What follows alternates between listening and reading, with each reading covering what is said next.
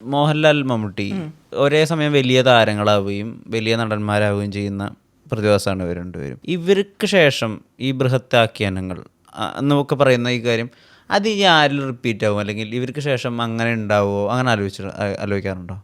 ഈ ഒരു കലാമേഖലയിലല്ല പലപ്പോഴും ഇങ്ങനെ രണ്ട് എന്ന് പറയുന്ന ഒരു കാര്യം ഉണ്ടാവും.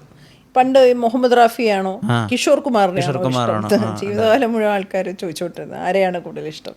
ലതാ മങ്കേഷ്കറിനെയാണോ ആശാ ഭോൺസ്ലെയാണോ കൂടുതൽ ഇഷ്ടം? മോഹൻലാലിനെയാണോ മമ്മൂട്ടിയാണോ കൂടുതൽ ഇഷ്ടം? ഇങ്ങനെ എല്ലാ കാലത്തും രജനീകാന്തിനെയാണോ കമലഹാസനെയാണോ ഇഷ്ടം? എനിക്ക് തോന്നുന്നു ഈ ക്വസ്റ്റ്യൻ ജീവിതകാലം മുഴുവൻ ഇങ്ങനെ റിപ്പീറ്റ് ചെയ്ത് പോവാവുന്ന കാലാകാലങ്ങളിൽ വന്നുകൊണ്ടിരിക്കുന്ന എന്നുവെച്ചാൽ MGR ആണോ ശിവജി ഗണേശനാണോ, ഇത് ഈ ഒരു ക്വസ്റ്റ്യൻ ജീവിതകാലം മുഴുവൻ വരും എന്നാണ് എനിക്ക് തോന്നുന്നത്. പിന്നെ സിനിമ ഈ ഒരു ഹീറോ മോഡിൽ നിന്നും മാറി ഇപ്പം ഫഹദിനെ പോലെ ഒരാൾ ഒക്കെ സിനിമയെ വേറൊരു തരത്തിൽ വ്യാഖ്യാനിച്ച ഒരാളാണ്. അദ്ദേഹം ഇപ്പോൾ നെഗറ്റീവ് റോളും ചെയ്യും, കഥാപാത്രങ്ങളിലേക്ക് മാറും. അപ്പം അങ്ങനെ ഒരു ഹീറോ മോഡ് പിടിക്കാൻ താല്പര്യമില്ലാത്തൊരു സിനിമ മാറിയത് കൊണ്ട് ഒരു താൽക്കാലികമായ ഫേസാണ്, പക്ഷേ ഇറ്റ് വിൽ കം ബാക്ക്. എപ്പോഴും ഇങ്ങനെ രണ്ടുപേരെ വെച്ചിട്ട് ആൾക്കാർക്ക് തർക്കിക്കാൻ ഇഷ്ടമാണ്.